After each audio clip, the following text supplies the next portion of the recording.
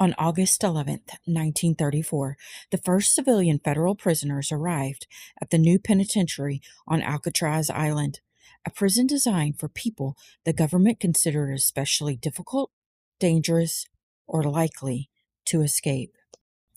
Here's the part people sometimes miss. August 11th wasn't the beginning of Alcatraz as a prison.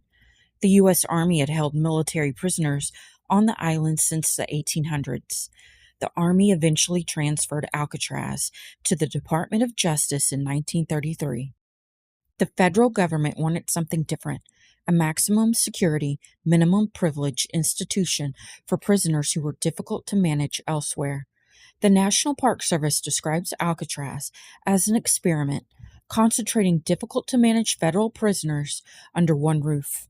Security was taken so seriously that some of the first Bureau of Prisons inmates were transported across the country by train, and instead of unloading the rail cars on the mainland, the cars themselves were placed on barges and towed across the bay to Alcatraz.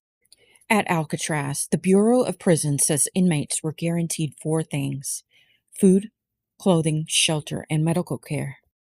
Work, visits, and correspondence with family, library access, recreation, painting, and music were privileges that had to be earned. Al Capone wasn't part of the August 11th arrival. He came later that month. George Machine Gun Kelly arrived in September, and over the years, Alcatraz would hold names including Alvin Karpis and Robert Stroud, remembered as the Birdman of Alcatraz. But isolation didn't stop people from trying to leave. During Alcatraz's 29 years as a federal prison, 36 men were involved in 14 documented escape attempts. Officially, the Bureau of Prisons says no one successfully escaped.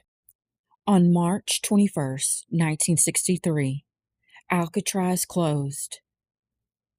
The aging island prison had become expensive to operate. Everything from food and fuel to fresh water had to reach the island by boat. So, on August 11th, 1934, the arrival of those first civilian federal prisoners began a 29-year chapter that transferred an old military prison into one of the most famous penitentiaries in American history. Today, in true crime history, Alcatraz becomes the Rock.